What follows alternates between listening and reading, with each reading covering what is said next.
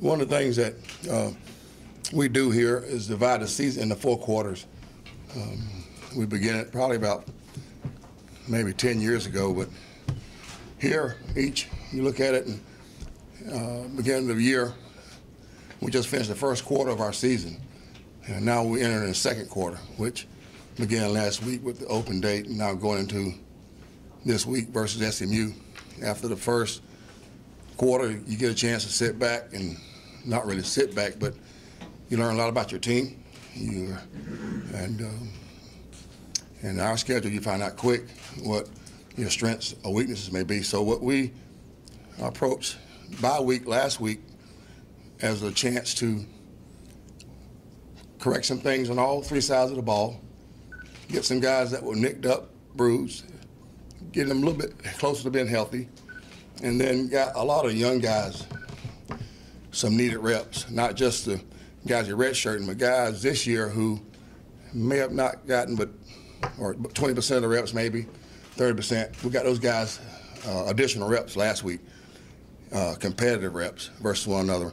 We did go first on first, good on good, best on best, but not as much. We tried to give those guys a chance to recover as much as we could, but it was put a lot of time into that, and we felt like there's some things that we need to get better as a team.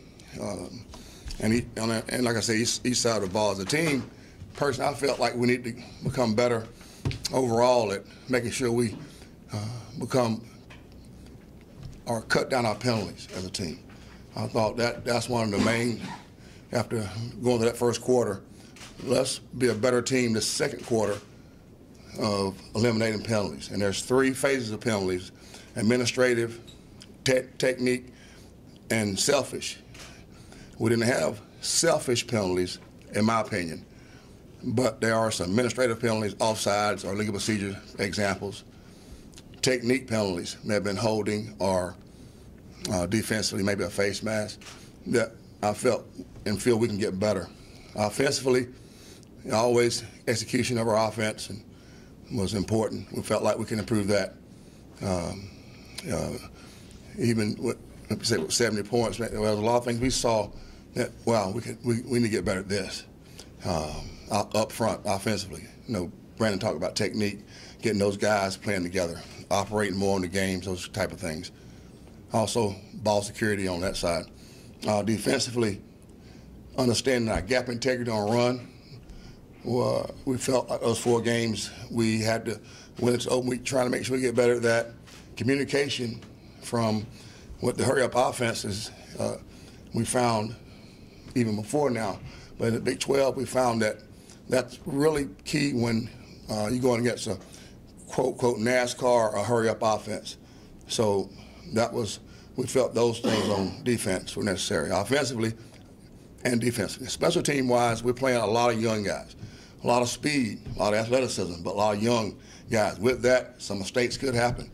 So we went back to fundamentals on all 3 sides of the ball, but especially on special teams for those young guys, from stance to footwork to eye progression, and handling it well. So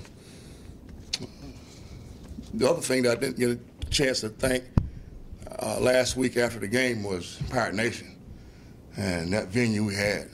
We had so much reaction, and Tom sets all the interviews up for all of us, our kids and myself, of seeing our second-to-none venue. So I can't thank Pirate Nation enough for the energy they brought. Having been away from them for a couple of weeks, and glad we're around them again for homecoming this week, SMU, but thanking Pirate Nation and offer really a week late gratitude from us and I know our staff.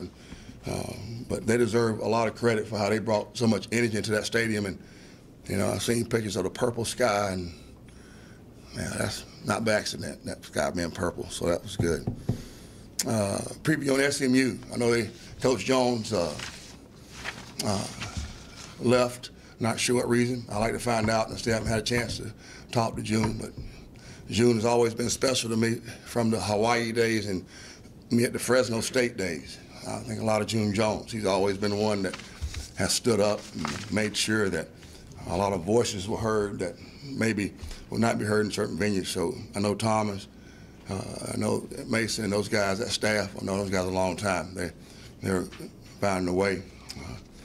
I know on defense, they still return 6 starters. I know they've had a tough day. They've played 2 top teams too as well. Can't forget that. But offensively, the quarterback position has been going through some guys trying to find the right guy. Up front, they got 2 guys that up front, offensive line-wise, that really, when you look at them on film, as far as Chauncey Briggs and Taylor Leseski, who've been around and got starts. And always, June's going to have great receivers in Derek Thompson and Darius Joseph. You see some guys that can run on film. They same offensive personnel. They're going to spread the football 4 wides, 2x2, 3x1, a lot of wide receiver sets. Always going to have a running game that you better be concerned with there. Defensively, this is a team, first years ago when we first got in, that made us understand that the front 7 on defense would be the key in having a chance to win the conference.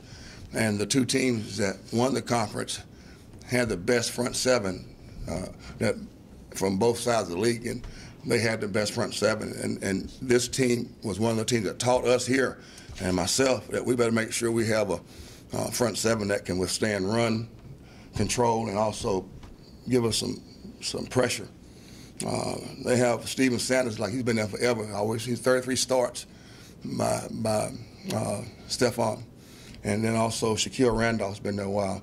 He's a big back, big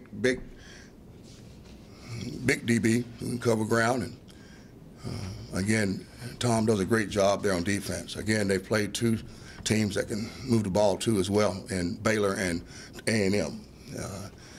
Both Kevin and Art, we worked together at Texas Tech, and Kevin I've known for a long time. I talked to him after the game. Those guys understand how moving it, so that defense faces that. And so we have to do a great job making sure this week we get back to what we do and believing in us and making sure we continue to get better. We're not worried about Saturday yet. You've heard that. And we worry about last night. It was great to get back into a game week mode, but the bye week was right on time for us, and it was needed, and we took advantage of it. And the coaches needed it as well, even though they got on the road recruiting. I'm glad to be back. I'm glad to see you guys again. Well, it's a historical moment for us, East Carolina University, our program.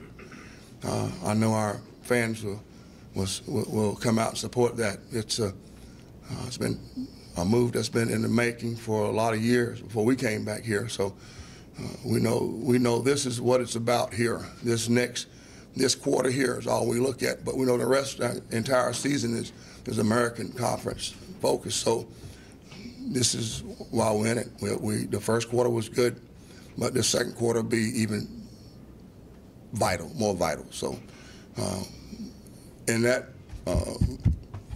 those rooms in the spring, when Coach Conference and I went to, and then this past media day, you look around that room and you see those ball coaches around there. And you see some guys that been around a long time. I mentioned June, I know June, but George O'Leary, Tommy Tuberville, C.J. Johnson. This is won a national championship at Miami and a Super Bowl at New Orleans, and Bobby Diaco, Bobby coached against at Virginia and the Gator Bowl, and Matt Rule, all those guys, good ball coaches. So it's going to be a challenge, and we look forward to it. We've been waiting and preparing for this, but it's I think a historical moment for us and for our university. We'll get the players right. You help me, all help me get our fans. I know our fans will show up in droves. Again, it's a historical moment. We've talked about our venue being second to none, and that means week in and week out. We have 4 home games left, and I would like, I know, speaking on behalf of our administrative leadership team, it needs to be full, packed, just like the other day. That's what we've been talking about when we go and speak in different arenas, venues. I know our administrative team and myself and our coaches. So I expect us to be in full blast mode like it was last Saturday, and that's what I'm expecting. And, I think there's a commitment to that, and I think the fans are ready to step up to that. Player-wise, we began that last night, really 5 years ago, so they understand what's at stake, and each play, not each game, but each play, not even the game, but each day, like tomorrow, each play of tomorrow is important, and that's how we approach it, B. And but I expect both sides, us and our fans, to be at the same temperament. And do you help me with that now? Well, it's always, I've never attended a homecoming game. It's always been coaching on that Saturday, you know, so a lot of festivities. You know, again, we'll have about 30 at our house, you know. It'll be like a Viking feast festival at my house, you know. But it's great to get all the alum and Pirates back. I know a lot of my teammates are coming back. They've already contacted me, and a lot of, it'd be great to get that. That's the thing that I was asking about the conference earlier. That's why we have to continue to make sure we show the country what our venue, because it's really unique here. And I want our fans to never forget that. Every week in and week out, consistent play, consistent fan production, consistent play by the team. That's so.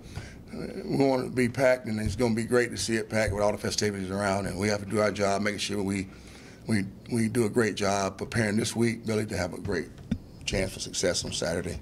That's awesome. I know we have the largest student club, Pirate Club. We have a student in the country.